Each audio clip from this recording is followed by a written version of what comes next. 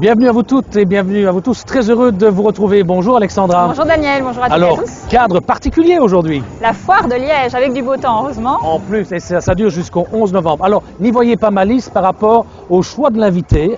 Hervé Jamard, bonjour. Bonjour à toutes et à tous. Monsieur le ministre fédéral. Alors, pourquoi la foire de Liège et vous? Parce que même si vous êtes bourgmestre de Hanu, vous êtes quand même liégeois et vous avez hachement guindaillé ici. Hein? Je vais dire gentiment gadaillé. J'ai en tout cas fait mes études à Liège et ça me rappelle les descentes sur la foire de l'époque, assez homériques, toujours dans un esprit bon enfant et dans le folklore de l'époque. Oui, alors quand on étudie Alexandra, en général c'est pour avoir un boulot et quand on a un boulot, on veut pour avoir de l'argent, pour avoir une maison, etc. Mais bon, les prix de l'immobilier, on le sait, ont grimpé. Les taux aussi, c'est pas toujours évident de s'acheter un logement. Et le MR propose justement différents incitants fiscaux pour permettre d'accéder à la propriété. Le Belge a, dit-on, une brique dans le ventre. Mais malheureusement, la brique coûte de plus en plus cher. Plusieurs raisons à cette situation. Coût de la construction, rareté de biens disponibles sur le marché, mais aussi les nombreux frais, impôts et taxes diverses. Le MR avance plusieurs pistes, et notamment en matière de droit d'enregistrement. Nous proposons dès lors 2 ou 3 mesures. Premièrement, on ne paye plus qu'une seule fois des droits d'enregistrement pour sa première maison ou son premier appartement. Si on est amené à en changer à la suite d'une circonstance professionnelle ou familiale, les droits payés viennent en déduction de ce qui est à nouveau réclamé à l'avenir. Mais surtout, de façon plus globale, nous proposons une réduction des droits d'enregistrement. Qu'il s'agisse du taux fixe complet de 12,5% que nous proposons de ramener à 10%, ou qu'il s'agisse du taux réduit aujourd'hui de 6% que nous proposons de ramener à 5%. Tout bénéfice pour les citoyens, comme par ailleurs la suppression du droit d'hypothèque d'1% aujourd'hui, qui permettrait alors de diminuer ce volet de charges important et qui pèse sur le budget des candidats acquéreurs. Le MR propose également ce que l'on peut appeler un bouclier fiscal relatif aux droits de succession. Nous proposons la gratuité pure et simple des droits de succession entre conjoints et cohabitants depuis au moins 1 an, pour éviter bien sûr des situations de dernière minute. Et cette mesure est urgente. Nous espérons vraiment qu'elle passera immédiatement après les élections de 2009. Dans les métropoles et plus particulièrement à Bruxelles, il est un impôt qui pèse lourd, le précompte immobilier que l'on appelle vulgairement l'impôt foncier. La question du précompte immobilier se pose vis-à-vis de toute une série d'autres acteurs fiscaux, économiques à Bruxelles. Donc le précompte immobilier est un revenu fixé quelle que soit l'utilisation du bâtiment et ce précompte est donc le même pour tous. Et dès lors, pour certains, il pèse particulièrement lourd, pour d'autres, qui peut être mis dans les charges professionnelles, c'est moins lourd.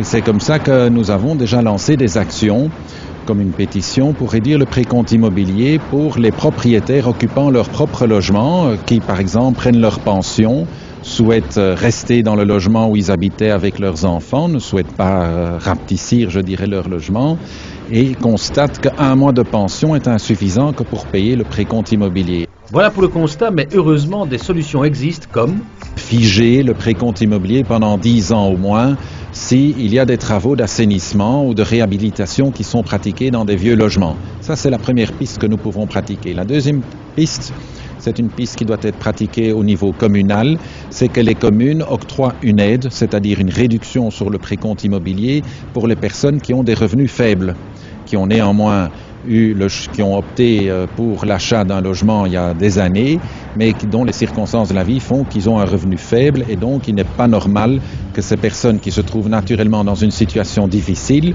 doivent encore payer un impôt sur leur patrimoine assez réduit. Conserver son bien est donc une préoccupation concrète pour bon nombre de propriétaires.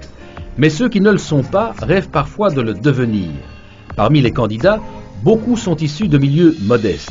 Le MR avance une proposition décoiffante, permettre aux locataires actuels de logements sociaux d'acheter leur logement.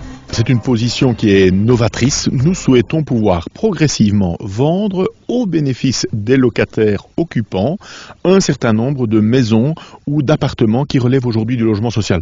On le sait, on l'a vu tout au long de ces derniers mois, le logement social a été géré de façon catastrophique dans une bonne partie de la Wallonie avec des coûts considérables pour la collectivité. Cette mesure permettrait, avec les moyens dégagés, de pouvoir réinvestir dans la construction et la rénovation de logements sociaux. C'est ainsi répondre à un besoin criant. D'aucuns diront que toutes ces mesures vont coûter bien cher et qu'elles sont donc utopiques. Assez paradoxalement, on a constaté qu'à partir du moment où on diminue un taux d'imposition, on diminue un pourcentage de frais, en fait les gens sont beaucoup plus enclins, sont beaucoup plus encouragés à acheter un bien. Et dès lors, on alimente beaucoup plus la transaction immobilière, les ventes, les achats par les particuliers, et en fait l'État, la région s'y retrouve puisqu'il y a beaucoup plus de transactions. Les gens forcément sont heureux de la qualité de vie qu'ils peuvent acquérir, mais ils font aussi des travaux dans leur propriété, ils aménagent de sorte qu'on crée aussi, par exemple, de l'emploi, de l'activité, de la TVA. Et donc, on constate que ce type d'opération, on l'a bien vu dans la réforme fiscale initiée par Didier Reynders, est au terme de cette opération bénéficiaire non seulement pour les gens, mais aussi pour la collectivité de façon globale. Devenir propriétaire, c'est être autonome par rapport à son logement. C'est aussi entretenir une relation différente avec son lieu de vie quand il nous appartient. Alors, une fois, 2 fois, 3 fois, adjugé, c'est vendu. Alors vous l'avez vu dans ce reportage, on a parlé de droits d'enregistrement, de droits de succession, mais le MR a aussi mis en place de nombreux incitants fiscaux, notamment en matière d'économie d'énergie et de développement durable.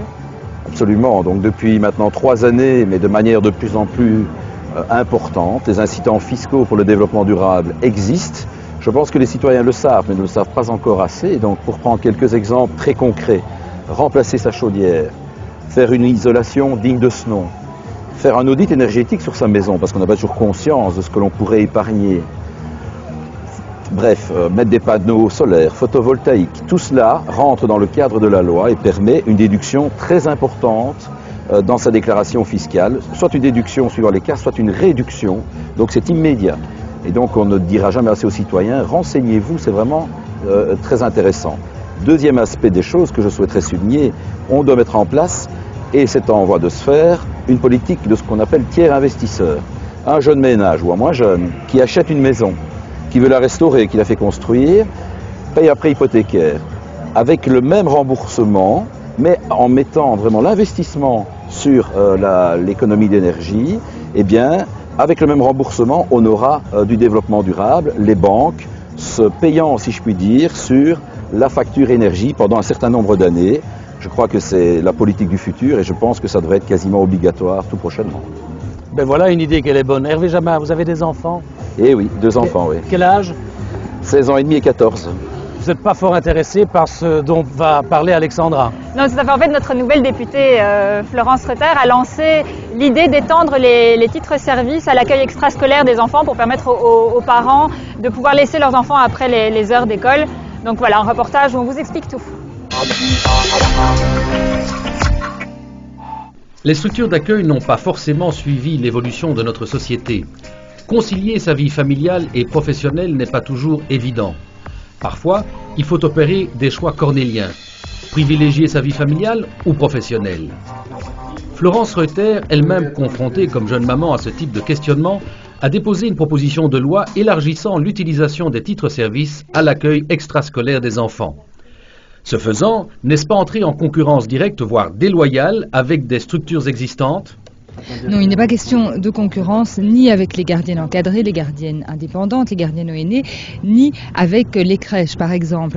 Les titres-services doivent intervenir là où les structures d'accueil actuelles, les structures collectives n'interviennent pas, c'est-à-dire très tôt le matin, quand il n'y a pas de garderie, par exemple, qui ouvre suffisamment tôt, pour des parents qui commencent très tôt, et très tard le soir, ou bien après l'école. Il est vrai que pour un enfant de 3 ans, par exemple, qui va déjà à l'école, rester à la garderie jusqu'à 18h en ayant commencé l'école à 8h du matin, c'est très long, c'est trop long, et cela permettrait de régler ce problème-là.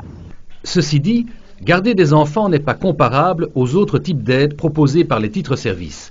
Une formation adéquate semble indispensable. C'est pour ça que je note bien dans la proposition de loi qu'il faut une formation bien nécessaire pour les personnes qui s'occupent d'enfants. Il n'est plus question de tâches ménagères, il est bien question de garde d'enfants. Donc il est normal de donner une formation.